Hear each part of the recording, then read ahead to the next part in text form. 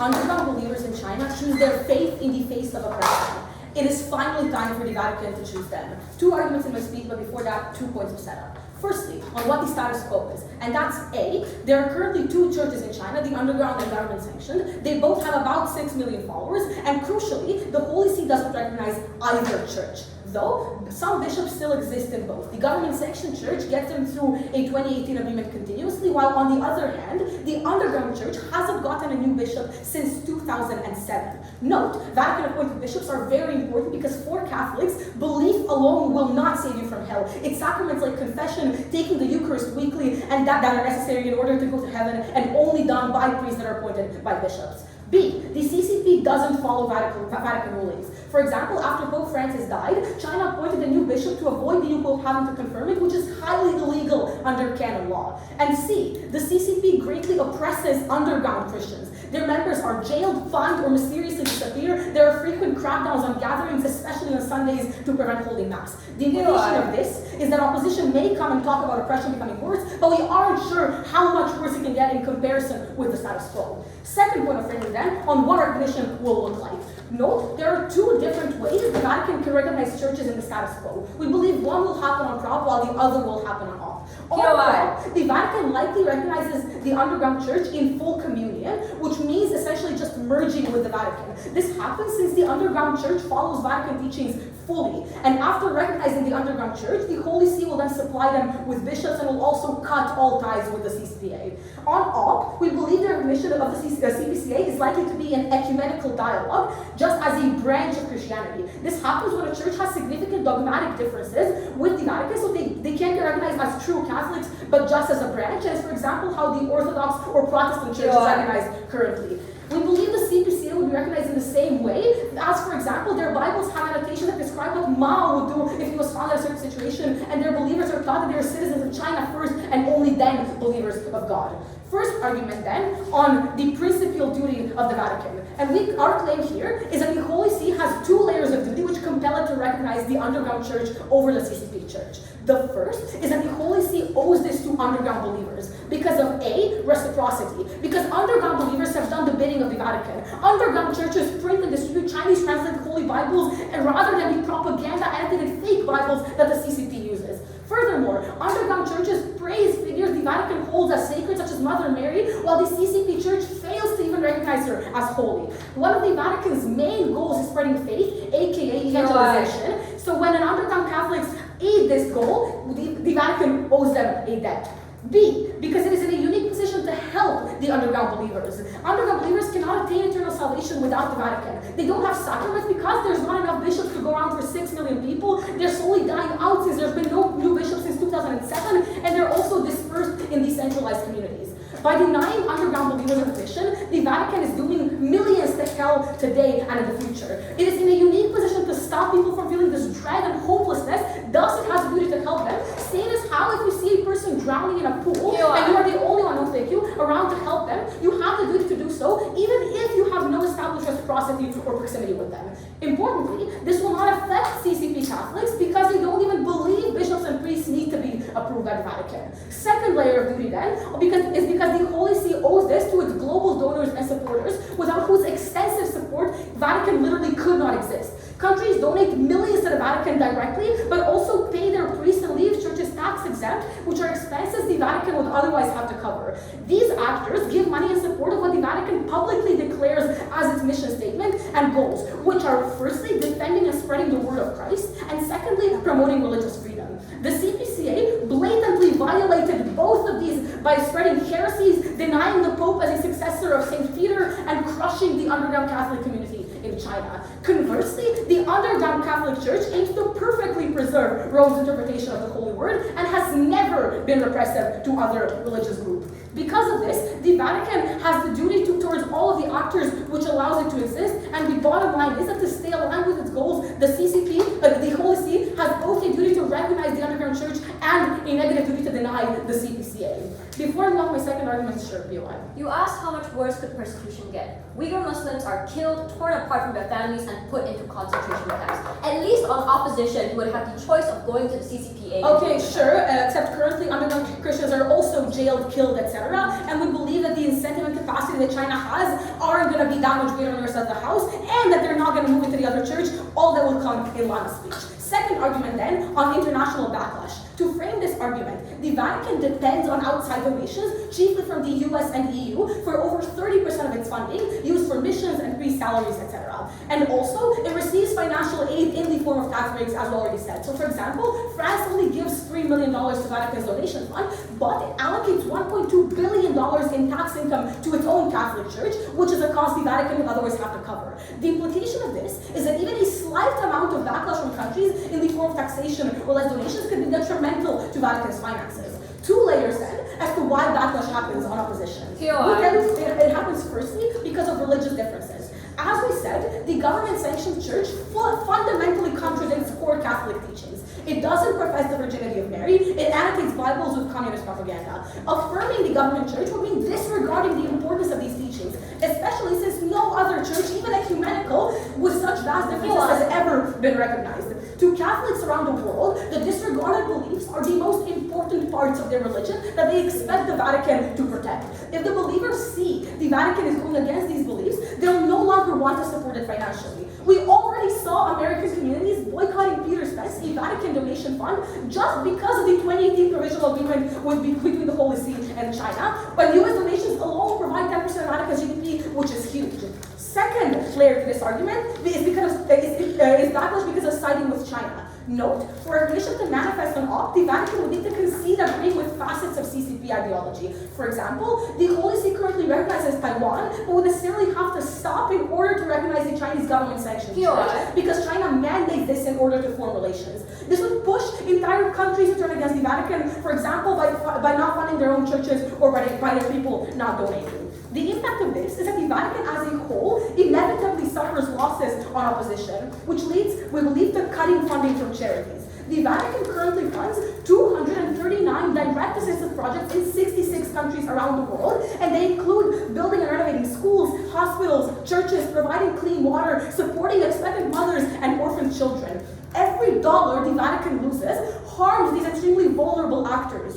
And this isn't even funding that could just be replaced, as the charities are organizationally integrated in Vatican and its Vatican manpower and bureaucracy as well that support them. Comparatively, recognizing the underground church is perceived as recognizing real Christians who fight for Christianity, as not succumbing to China, and in general as Vatican standing its ground, which continues driving support, continues driving donations, and as we told you, is principally the right thing to do in this debate. For all these reasons, because proven to you two layers on which we win, vote prompt.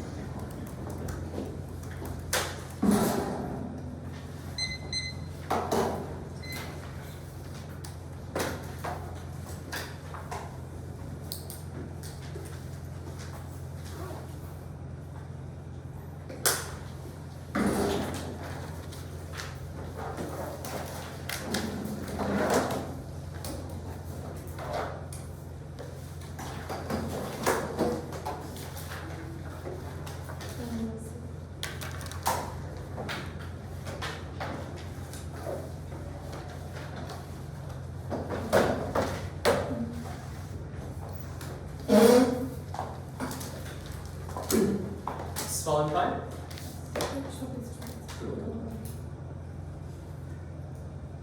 The Holy See's recognition of the state-sanctioned church is an act of guardianship. It defends the very soul of the Catholic identity from being cast into oblivion. Because on opposition, we believe that the foundation of the Holy See is not sterile doctrine, but the breath of its faithful we oppose. Two arguments. First, on the protection of Chinese Catholics. Second, on preserving the unity of Chinese Catholicism. Before that, onto a counter setup, 3 parts. 1. On opposition, we support the integration of the underground churches into the Chinese Catholic Patriotic Association, i.e. the CCPA. This marks the creation of one united church in China, providing the CCP more influence over the regulated religious activities. This will be an extension of existing efforts to reconcile the Chinese state. And unlike what first proposition suggests, the CCP has already had significant amounts of negotiations with the Holy See. As per Pope Benedict's letters to Chinese Catholics in 2007, that validates the unauthorized sacraments in the 2018 China Holy See Agreement that allows for the joint appointment of bishops. This means on our side that Vatican-appointed bishops from underground churches will be absorbed into the current state church.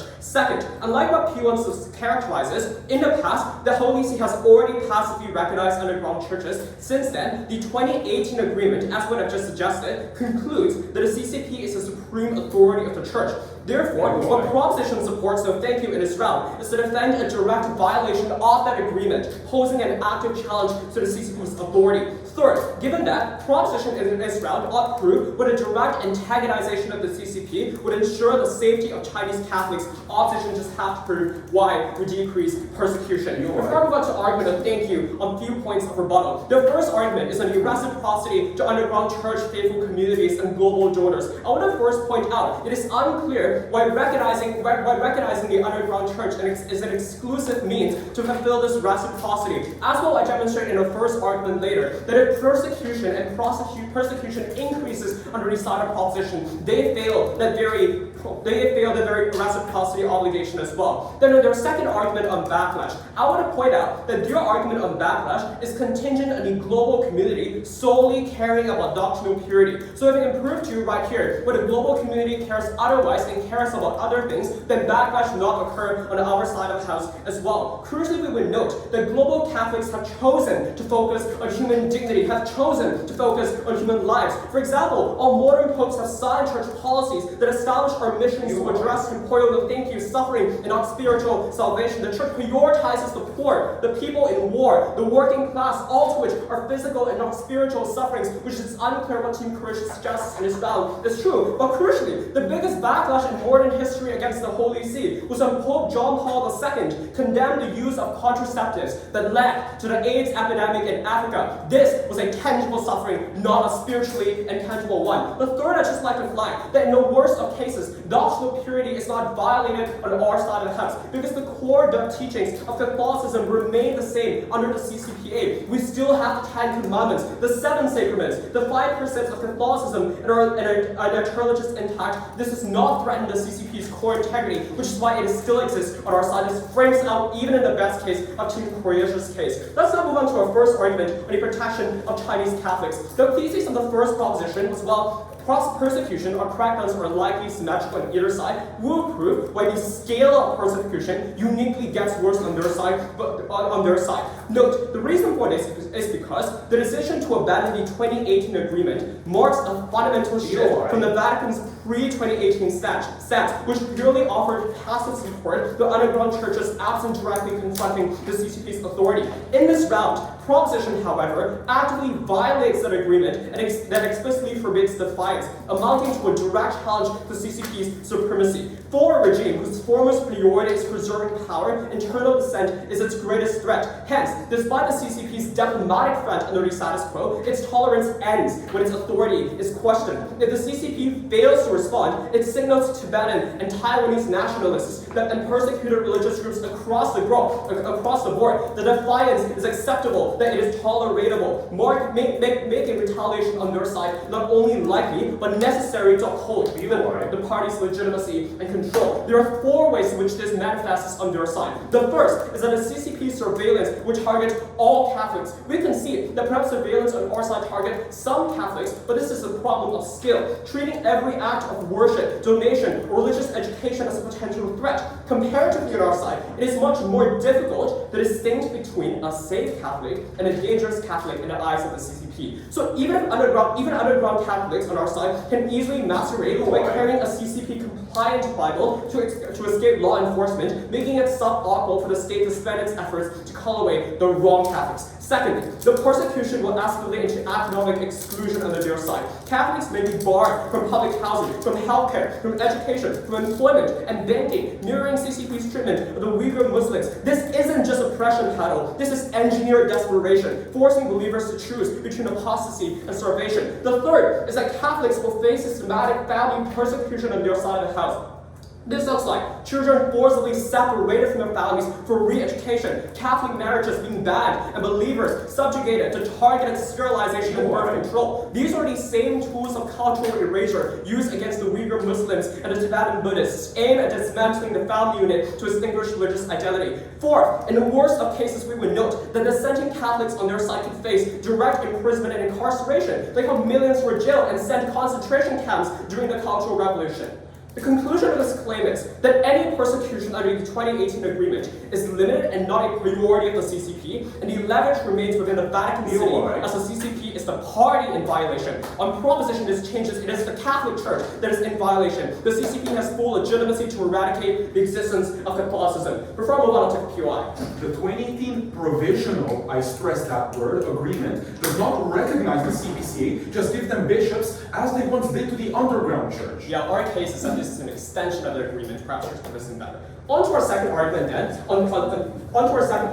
on the unification of Catholics. The thesis of this argument is that proposition deepens the fracture within the Chinese Catholic community, accelerating the very crisis of global decentralization that threatens the Holy See's very spiritual authority. This happens for two reasons. Number one, despite the Holy See's recognition of the underground church under the status quo, the CCPA will continue to dominate on their side. With their legal status, their far greater resources, they could expand far more rapidly than the underground church. This meant that the 2018 provisional agreement itself, in fact, reflects the Vatican's admission that it cannot outcompete the CCPA. So by recognizing the underground church, we, as the Holy See, risk forfeiting spiritual authority over 8 out of 10 billion Catholics in China. But even if on their side, the CCP does not supersede the underground church's influence, this creates form of confusion surrounding the legitimacy of two competing churches under their side of the house, entrenching further fractionalization. Comparatively on our side, recognizing the CCPA allows us to absorb the staunch supporters of the CCPA, expanding our global influence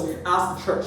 The impact of this claim is massive. The Holy See risks losing spiritual control over the Catholic population with the greatest growth potential, China's massive population of over 1 billion. This is critical as the global church faces an existential crisis. Only about 17% of the world's 1.36 billion Catholics attend Mass weekly, and millions are leaving even in stronghold countries in the likes of Germany, Brazil, and France. The church cannot afford to lose authority over any further any acceleration towards the trend of global decentralization. So through true Catholicism, we oppose.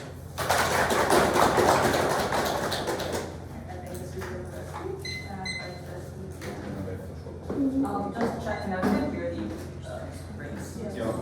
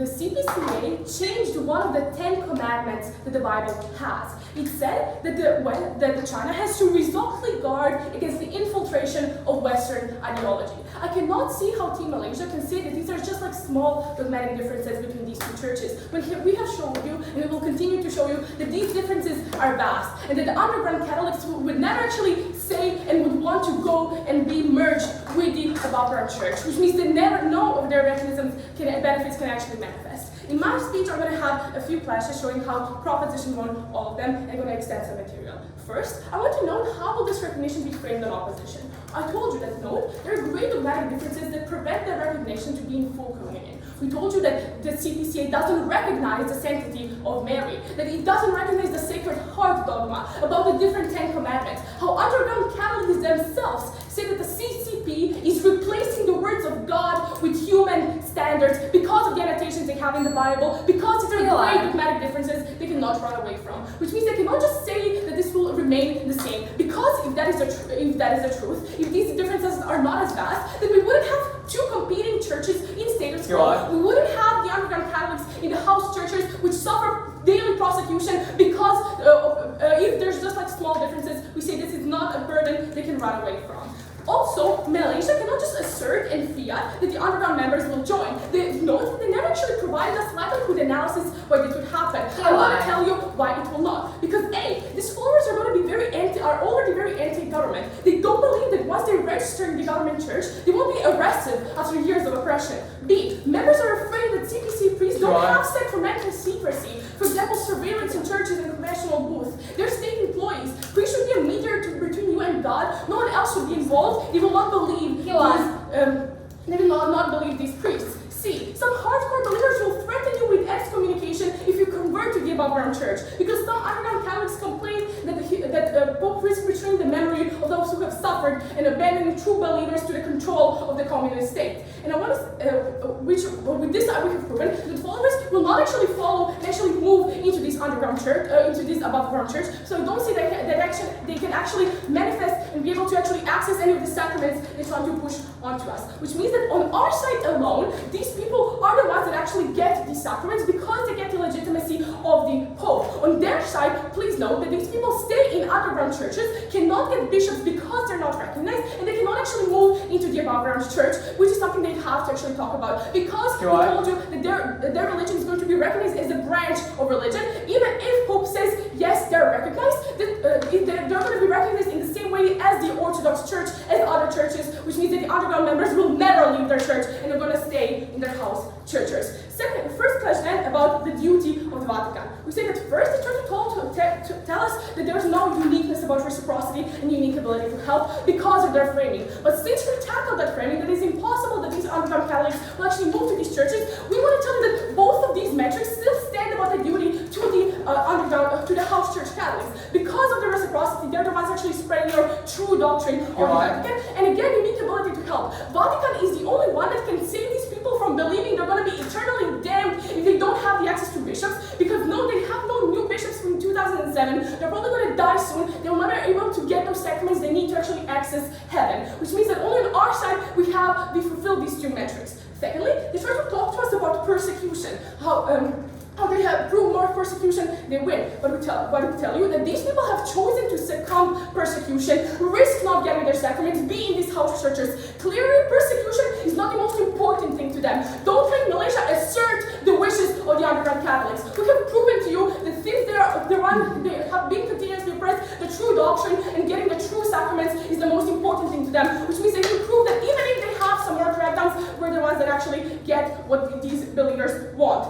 Thirdly, I want to note that they never actually responded to a third mechanism, how the Vatican exists because of the donations and tax exemptions from the Western countries. Because that the Holy See has to fulfill the wishes of the actors which allow it to exist, which is protecting religious freedom and spreading the true doctrine and word of God, which the CPCA does neither. The principle stays on our side. Second clash then, broadly about backlash. First, Malaysia's argument about backlash from China on the form of increased crackdowns. I want to talk first about the incentive, which we already mitigated from our first speech. How you still have a lot of incentive to crack down on these people in the status quo. They're an anti-government organization, and they're in a different branch of religion, which means that incentive to crack down, which they are in the status quo, are going to exist still on both sides, which means that their best case is very marginal. It's not from 0 to 100, it's from 90 to 10 to 100, so please don't look at this as a very big impact. Secondly, they try to talk to us about how this is going to be a defiance of the provisional agreement, which is going to make people angry. But we want to tell you, this is provisional. This is an agreement has to be continuously renewed, and it lasts for like 2 years, and it has been not renewed in the past, and it's only recently renewed, which means that we had periods of time before when it was not renewed again, and we had no backlash to try to talk to us. So I don't see how any of their benefits actually manifest. But thirdly, I want to flip the incentive to crack down here. We want to tell you, because of the international scrutiny, there's going to be less crackdowns on our side, because A, once the underground church members gain recognition, they're no longer just a random sect the Chinese oppressing. They're Catholics, which are more proximate to the Westerners. It is hard for the West to relate to Uyghur Muslims, but it's much easier once you feel connected and find similarity with the Catholics. For example, Germany, there's 25% more likely to support migrants from the Philippines, which are a Catholic country, than from Muslim countries, meaning they're more likely to put pressure on the government to pressure China to stop oppression. B, it is in the interest of China to expand to Latin America and Africa with the Belt and Road Initiative, to spread their influence and gain money. They're heavily Catholic areas. For example, Nigeria and Brazil consist of a huge Catholic population. Once the underground church is officially Catholic, China cannot risk losing the favor of Latin America and African countries because they're fighting to gain influence over Latin America in Europe, which would be very angry if they're like oppressing true Catholics. For example, we see China succumbing to that international pressure when talking about BRI. Yeah, sure. Brazil and Philippines have China as their largest trading partner under the status quo. It is deeply unclear whether we change on your side. Moreover, we have signed a 20 agreement for 7 years. None of your harms materialized. First, they really care about being Catholics, which means you just gave like another analysis you never actually got in mind. And secondly, we told you the provisional agreement has not been renewed before. I don't see how any of your impacts manifest. We see that China has succumbed to the international pressure because it stopped having such predatory loans after the Sri Lanka port seizing, because it scared developing countries, which means that the incentive to crack down is actually less on our side. Secondly, let's talk about our backlash, about the backlash from the West. They're trying to tell us that, the world doesn't care about doctrinal purity. But again, they never actually answered the Taiwan point or the humanitarian aspect point. And again, if we prove to you that these dogmatic differences are so vast, we have Catholics that actually care about this, so backlash does manifest. And secondly, their second argument about how they're mad because there's confusion, but they're going to be more mad if we continuously oppress people who are the ones who are the true Vatican, who are the true, that have like true doctrinal purity, that we are the ones that we told you they have. So weight here is very simple. Best case of opposition is proving marginally more oppression on 6 million underground Catholics. But we tell you that each dollar less means less funding in charities that mean life or death to some people. In 2023, Caritas alone reached to 210 million people. We're the ones that actually save people to get food, to get water, and continue living. Please, proposition.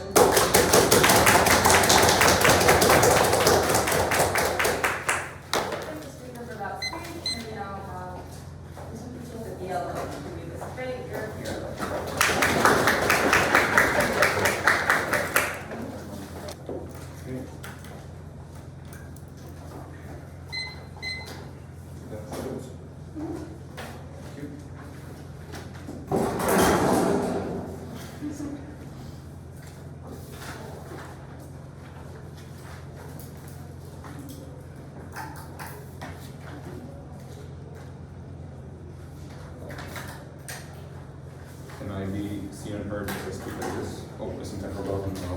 I can be seen now. No elevator.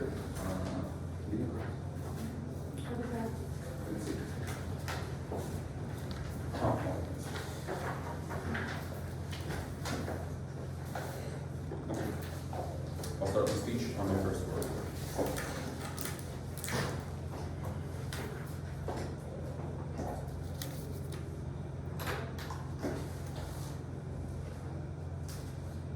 When the CPC CPCA specifically proclaims that there's no higher religious authority than itself, when the Vatican cannot dictate dogma to the CPCA, that's when Team Malaysia cannot win this debate by claiming that the Vatican can have any leverage over the CPC's actions. We think this case cannot stand in reality. A few clashes showing how proposition inadvertently won this debate. Firstly, on the status quo and likely models for both sides. First on the status quo. They say the 2018 deal is close to recognition, so opposition is just perceived as a minor extension, not a huge step. I think the opposition is perceived as a huge push forward for three main reasons. First of all, the deal is literally called provisional. It's a testing period. The point of it is that China is an unreliable actor and they want to test it out. Secondly, the deal doesn't remove or delegitimize underground bishops that the Vatican themselves set. That means the Vatican did not give exclusive legitimacy to the CPCA. It did not recognize them as the moral authority in China because it did not remove bishop status from the underground Catholics. This has to be a huge push then. And thirdly, China is in a routine violation of the deal, such as the 2025 set of vacante period in April. So this deal is just perceived as weak and irrelevant if China is willing to step over it any time the Vatican doesn't want to approve one of its bishops. The implication of this, is that a lot of Malaysia's cases hinges on this idea. This is their biggest mechanism, or for their biggest content push on backlash, and I'll deal with other implications later. Secondly, on Malaysia's likely comparative. Notice on our side it's full communion, but on their side it's ecumenical recognition. And notice the Vatican does classify both of these as a legitimate form of recognition. They see there's a small difference in dogma, so ecumenicalism is unlikely. Note this panel, the literal reason behind the great schism of the Catholics and of the Orthodox Church. The not lack of recognition for the Pope. China's free self principle, which is an official doctrine of the CPCA, states the Vatican can never be the moral authority on China, that the CPCA has final say over what happens with the church in China. Not recognizing the Pope is an insane step backwards from China. That's what split into the orthodoxy. And secondly, there's just a huge amount of other tangential things, such as not recognizing the blessed Assumption of the Virgin, such as not recognizing the Sacred Heart dogma, such as twisting and changing the Word of God. Note this because this takes out like Malaysia's leverage point, leverage cannot exist. And they say, oh, but Jesus did not say that China is bad. But the point is, you can't just add things that Jesus didn't say, so he might have or might not have thought it. This is a word of man. The Bible is the word of God. Catholics would perceive this as entirely unreasonable. Notice this is another reason why the churches will never integrate on their side. Second clash then on the principle. Note, this is a comparative debate. Malaysia can't just prove some amount of duty exists on their side too. They have to prove it's a greater amount of duty. 2 points in this clash then. Firstly, on the underground Catholics. Notice they never really responded directly to this point. They just made it contingent on their practical material by saying, oh, but if you crack down, this is supposedly worse. First of all, notice this still doesn't tackle our point on them being in the Vatican being in a unique capacity to help these people, because they think they will not go to heaven if they go to the CPCA churches. Intuition from Malaysia, since some crackdowns exist in the status quo, a large extent, why would they not just move to the CPC immediately if they think they can attain heaven that way? That means no matter what burden they want to push on us on crackdowns, these people want to avoid hell in a far more extensive manner. That's why we're in a unique position to help them. That's why the Vatican must act. Notice they also never responded to a reciprocity mechanism on these underground believers. And secondly, on the donor mechanism, this is a key panel. No matter what happens to the underground Catholics, the Vatican has a duty to accomplish and pursue the goals that people give it money to exist. This is the same duty you have to society, to your parents, to a doctor keeping you on life support. If the Vatican supports a church which does not support freedom of religion, which crackdowns on other religious communities, and which is fundamentally dogmatically different from it, we think this is entirely legitimate when it has better options. We think this principle wins us the debate. Second clash then on crackdowns. A few points of rebuttal here. First of all, notice the capacity is still very unclear to us for 3 reasons. First of all, there is great oppression in the status quo. We've told that priests literally disappear overnight. We're not sure where they go. We can only fear the worst. Secondly, I think the incentive is great in the status quo because the underground church, while it's not legitimate, it's still an anti-CCP group within the domestic country. Like, it's still a very dangerous threat to have. Look at what they do to Falun Gong members. Look at what they do to literally any minority group that oppresses them. And thirdly, they just use the Uyghurs as a catch-all. Like, look, if they genocide the Uyghurs, they can do this to everyone. Notice, I think they clearly don't understand the situation here. There's a fundamental difference between these groups. First of all, the Uyghurs were highly concentrated. They're all in Xinjiang. These Catholics are split across the whole country in very small communities. And secondly, the Uyghurs were very recognizable. They wear like very clear religious insignia. Underground Catholics hide themselves. The Vatican, the CCP, the country doesn't know who they are. They can't crack down on them if they don't have this capacity. Second reason, even if the capacities exist, this mechanism is like their mechanism is dependent on us being like a huge step from the 2018 deal. I've dealt with this in the first clash. Since the 2018 deal doesn't actually actively legitimize the CPCA church, we don't believe we're perceived as a huge step from that. We don't believe that China has a huge incentive to retaliate under their own mechanization. And thirdly, notice like their integration comparative just doesn't work for three reasons. First of all, it definitely doesn't work if this is an ecumenical church, because if otherwise they would just join one of the Protestant or Orthodox churches that exist in China in the status quo that are in the government. They want to be Catholics. That's why they're hiding underground and teaching Catholic scripture. Secondly, notice this is very tense of them. Look at Malaysia's case. Supposedly, the 2018 deal already makes the CPCA church legitimate. If these people trust the word of the Pope so much and they want to follow the Pope so much, why are they hiding underground currently? Why are they not in the CPCA in the status quo? On our side, we tell you they just perceive the recognition of the CPC that slightly exists in the status quo as irrelevant because China constantly breaks the contracts, and secondly, it's just a political decision from the Vatican. And thirdly, they say young Catholics don't stand up and die every day. I think every day they choose oppression for their faith. I think this is provable. Fourthly, on the incentive flip, we've told that there's just a huge incentive for China because it wants to expand into its BRI, into Latin America, into Africa, for it to be not perceived as a Catholic killer. The only really response we received to this is, oh, maybe that's true, or no, that's not true, because the Philippines is still China's biggest trading partner. Yes, but I think people are very willing to suffer for their principles, sure. The Vatican is the final authority because they literally decide what books in the Bible are canon. That's how hundreds of underground churches have already converted in status quo. It literally doesn't, because China adds Confucian texts into the Bible, because China adds annotations into the Bible. They're twisting the word of God. Notice on the last point, people are willing to suffer for the principles. Look at the Europeans that refuse to buy Russian gas even though their energy prices are skyrocketing. I think Filipino people can do the same. And lastly, I just want to talk about backlash. We only really received one strong point of pushback here is that people really don't care about doctrinal purity. Two responses. First of all, maybe Malaysia doesn't care about doctrinal purity, but I think believers do. I think that hardcore believers may be a minority, but when elections are won on razor-thin margins, I think they're still a politically too relevant group for politicians to ignore. So their opinions are likely to be counted in. If these people don't like the Vatican because they perceive it as entirely political, I'm unsure why this doesn't help. And secondly, notice they never responded to our Taiwan mechanism, because even if the people don't revolt, the states have independent diplomatic reasons to oppose the Vatican now because of their relationship to America, who wants to support Taiwan, because of their relationship to other Western powers. Since the Vatican would now have to forget about Taiwan and accept China, they would lose funding, millions of people would starve. Notice, no matter how much oppression the Catholics face, these are still the most numerous and the most vulnerable group in the debate. I beg you propose.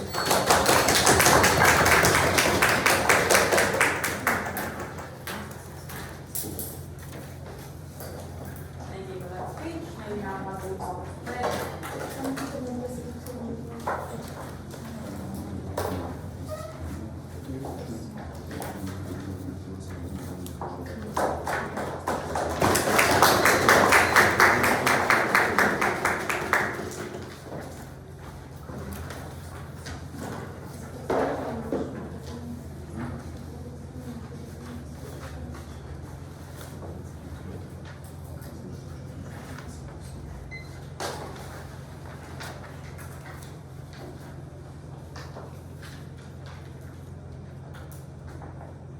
From the resilience in the catacombs of Rome to the unity in the Soviet chapels, the Catholic group has survived this far because we knew when to speak and when we should seek for shelter. No good shepherd knows that he should not send his flock into a lion's den when there is still a path to safety. I'm unsure as why Croatia wanted to send them to their death on their side of the house. I have three clarifications. I have three issues in this speech and one clarification at the top of this speech to prove as to why Team Croatia's clutch on international legitimacy cannot hold up in this round. Later on, I'll prove as to why diplomacy cannot be their clash. Second, I'll prove why persecution is foul was, and how they also thirdly did not respond to our second argument completely on unification, and how our third argument also still holds weight in this round. But firstly though, on the clarification, I would like to call out this weird assumption on their argument too, that international legitimacy is the forefront of this debate, because from that, you can get the funding and the tax that you get for all other operations of the Catholic group. We tell you that on intuition, international legitimacy is not the forefront of this round, because the provisional agreement, whether it's provisional or not, has existed since 2018, and if you look to the status quo, the Vatican has not lost its legitimacy. No one opposed Pope Leo's agreement and the ability to step up. I think the Vatican and the Holy See is still entrenched in its power in the status quo. So by historical facts alone, international legitimacy and opting into the CCPA alone was not the tipping point as to why people would pull out of the world's largest religion made out of billions of people. But also secondly, I think international legitimacy, as we claimed in previous speakers, was not a tipping point insofar as Catholic majority states in the likes of Philippines and Brazil already trade with China anyways. So if this debate was really about not siding with an oppressive state, I think there are multiple ways in which Catholic majority nations already side with China within diplomatic talks. So the CCPA alone was not a tipping point as to why they would ultimately pull out, insofar as that other diplomatic relations already existed. So their argument too cannot be used as a weightage to the end of all other clashes in this round. On to the three issues then. Firstly on diplomacy, secondly on persecution, and lastly on unification. But firstly on diplomacy, because I'll deal with this whole quibble first. The reason as to why I'll deal with this first is because this is their only simplistic response to our entire first argument and winning pathway on persecution. We tell you that you will subject millions to persecution. They tell you because you have diplomacy, you can get better relations later on and protect more people later on. This is important. Insofar as I take this down, they have no response whatsoever to our first argument, and it ought to be the first clash later on. On the two responses then. Firstly, it was deeply uncomparative. There are three things under this.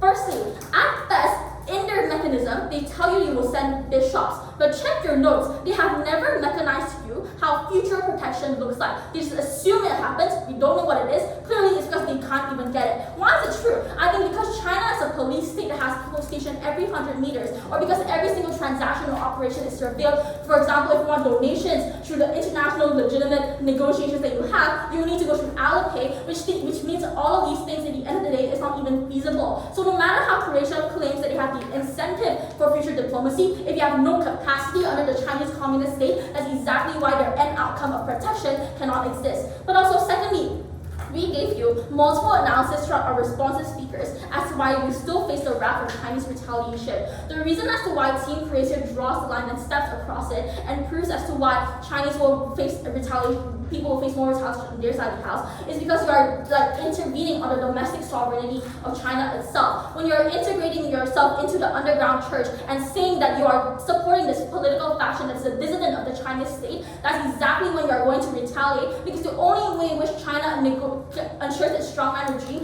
is to crack down on oppressors. In all other forms of diplomatic regimes, they are pragmatists, but the moment in which you operate within their own domestic grounds, that's exactly in which retaliation will be foul was. But also see, even if we concede to the most charitable case that you have some diplomacy now, you are going to burn future bridges, so you cannot argue future negotiations. This is because by their own claim, China will have already bent over backwards for them for their own mechanism. That's exactly why on their side of the house, future negotiations cannot be enough because China has no incentive to push for more insofar as they've already capitulated to Croatia's very naive and surface level protection. At best, I think they face greater persecution, and we've already given you multiple examples since first as to why this was not going to be their clash. They cannot use diplomacy as a weightage in this round. Why is it that we have it better? At best, their rebuttals towards our case is that the 2018 agreement has failed. I think two, firstly on scale, because the debate is a comparative game. If we're talking about the scale of diplomacy, it was obviously ours when it comes to the negotiation table. When we concede some things, when we allow negotiations to exist, it is on their side of the house when you concede nothing, they cannot have diplomacy at all. So on the weightage of diplomacy, and if both teams agree that it is the avenue for future change, it was Team Malaysia that ensured it first.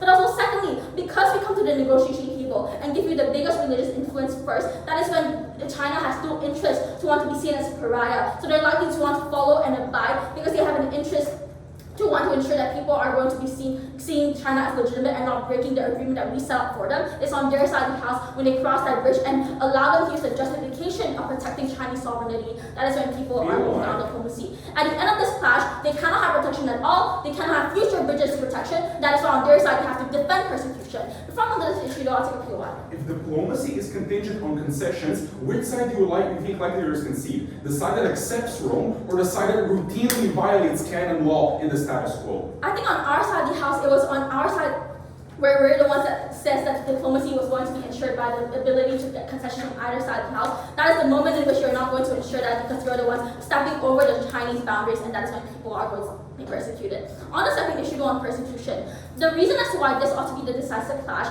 is because the endless persecution of Croatia subjects Chinese Catholics to horrendous things that cannot be reversible. This prevention ought to be the decisive issue in this round, even if they claim people ought to be martyrs for some reason on their side. 3 points of weight. I think firstly, historically, the Vatican has larger obligation to ensuring Catholicism's ability to survive and proselytize. The scripture themselves sees the apostles prioritizing spreading the gospel in safety, even when Jesus was crucified. Croatia would rewrite the Bible and say they should have subjected themselves to death and instead of spreading the word. We also see in the recent Vatican Council, history has shown you that we have preferred adaptation to the political realities of the persecuted. Croatia's duty of reciprocity goes against the weight of history itself. But also secondly, I think analytically, the loss of lives from crackdown is irreversible, whilst the ability to fulfill the duty of recognition is possible through other alternatives, right? We tell you can observe by integration, which is proven in Daphne's speech. We tell you why you can recognize later after China extends its olive branch to Malaysia. But the death of your loved ones is not reversible. The fear you feel when your underground church is being raided stays with you for generations and trauma. The time you lose because your dad is in prison cannot be winded back. That's exactly why their side of the house cannot defend martyrdom, because that's exactly what people do not want. But thirdly, I think the preservation of life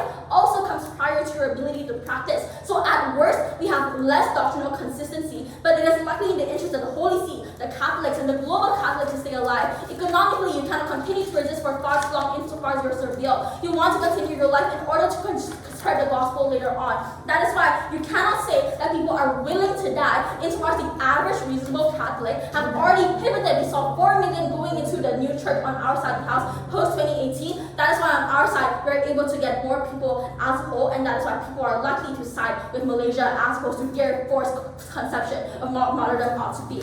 On the last thing on unification, I think they had no response whatsoever to prove as to why they are able to have global unification. We tell you the moment in which you side with the underground church, you create confusion and fragmentation within the Catholicism itself, and you ruin the organized hierarchy of the Catholicism. The moment in which you lose legitimacy that's foul on their side of the house, that is when you cannot co-opt any form of benefits. So in the end of the day, they lose all winning powers they've been providing since first. Their only winning power was gone, and for all of this, we're so proud to represent.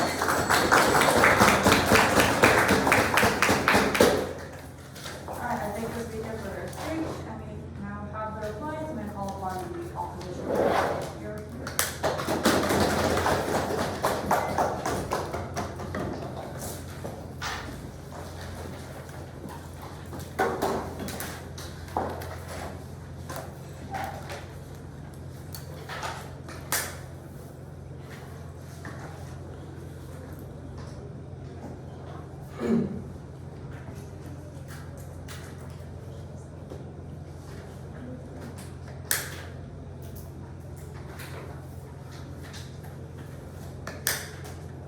I'm going to talk about 2 things in a speech. First, I'll weigh doctrinal purity against my claim on survival, and second, I'll talk about our unresponded claim on global unity.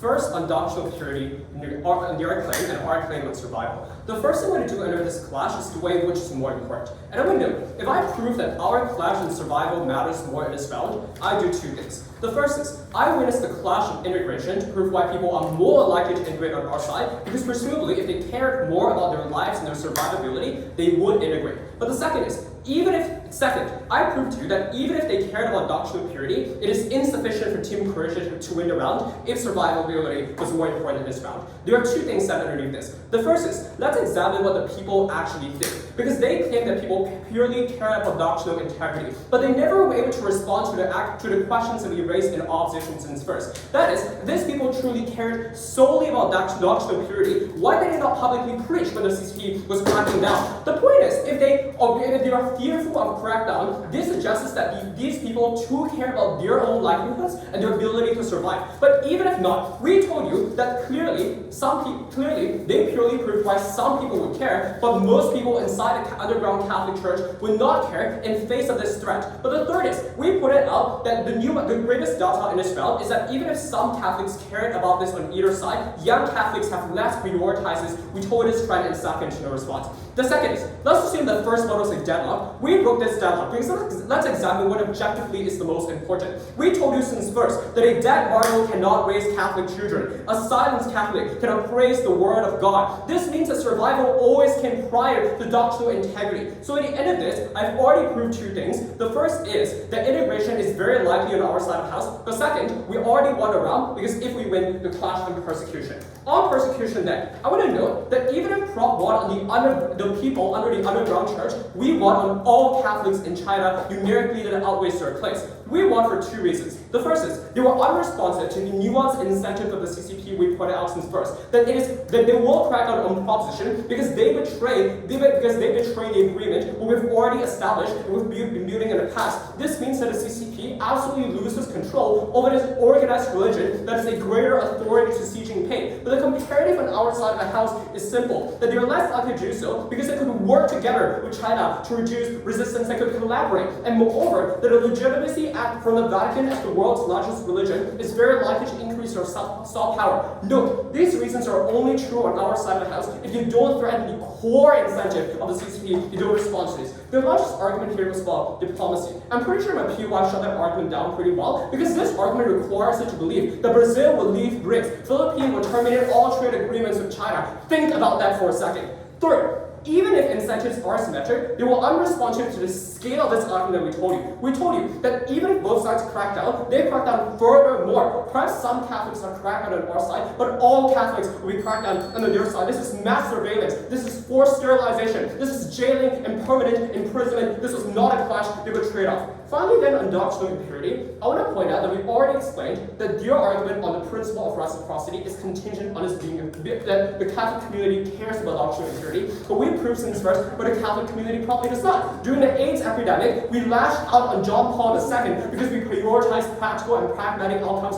over what the Bible told you to not use contraceptives, so even if they won on doctrinal impurity, it never mattered. Finally then, on our untouched argument on global unity, I want to note that we won this clash clean because that's zero responsiveness. But this argument is still an independent pathway, even if you believe what I previously demonstrated was a deadlock. We told you that the Catholic Church is currently suffering from an existential crisis. Only 17% out of the 1.36 billion global Catholics attend Mass weekly, and we're losing control even in important countries in the likes of Germany, Brazil, and France. This meant that it's only on our side of the house that we prevent the fractionalization of Catholic communities inside China that stops this trend of fractionalization. For all of those reasons, clean opposition.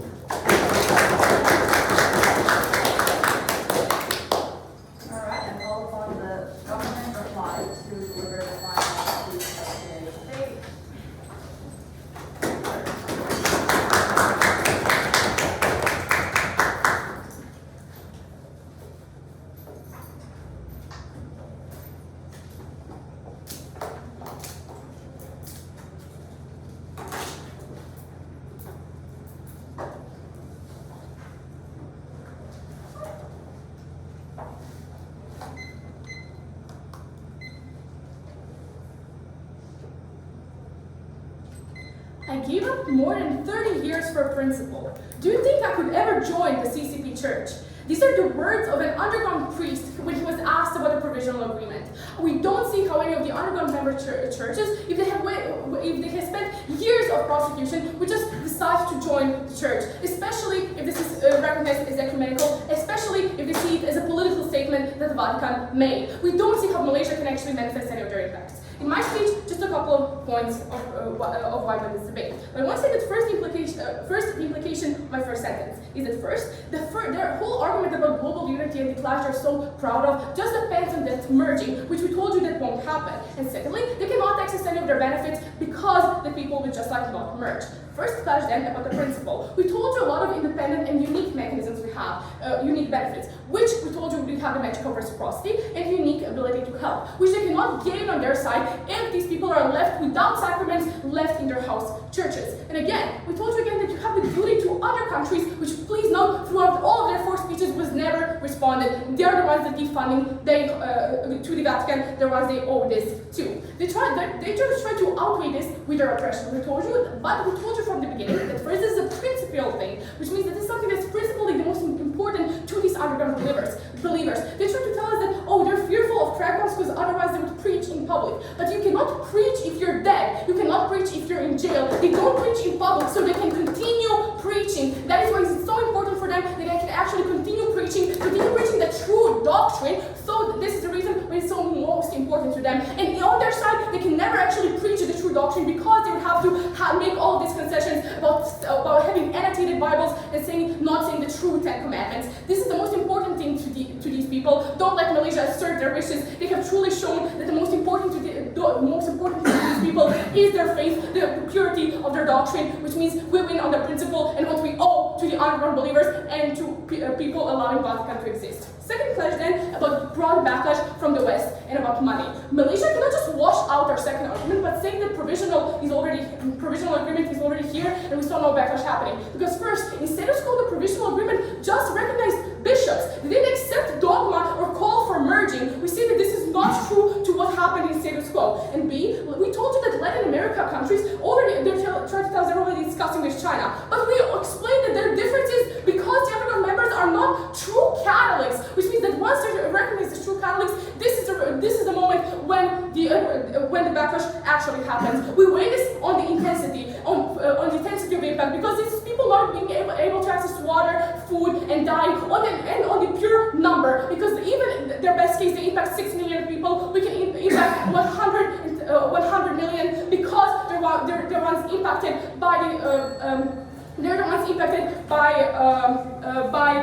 these charities. Third, about backlash, about crackdown, we're going to win on the opposition's ground. They're trying to tell us that you have no incentive for future diplomacy because there's no capacity to help because it's a police state. First, no, this is new content in 03, you cannot credit it. But secondly, we preempted this by providing examples and mechanizations who don't have to enter the police state. You just have to have international pressure, which happens when Westerners start caring about these Catholics, or once Latin America and Africa become scared they'll get oppressed if they let BRI in their countries because they're the ones which are Catholics. We have less incentive to crack down on our side. And secondly, Vatican, we want to know that Vatican has zero leverage over China. They appointed the bishop illegally under canon law, and Pope conceded and continued the agreement. We don't see how they will be able to actually access any of the benefits. But even if leverage exists, it's more likely to be on our side when you have something to actually hang over their heads. Because if they already conceded, give China what they want, what is legitimacy? What can then the Vatican do? Because it already has a legitimacy, it can just go back on its word as it has done with the provisional agreement. We don't see how any crackdowns are going to be less on their side. Because we have proven the principle and we have less crackdowns on our side and more people actually getting the help and food they need, please propose.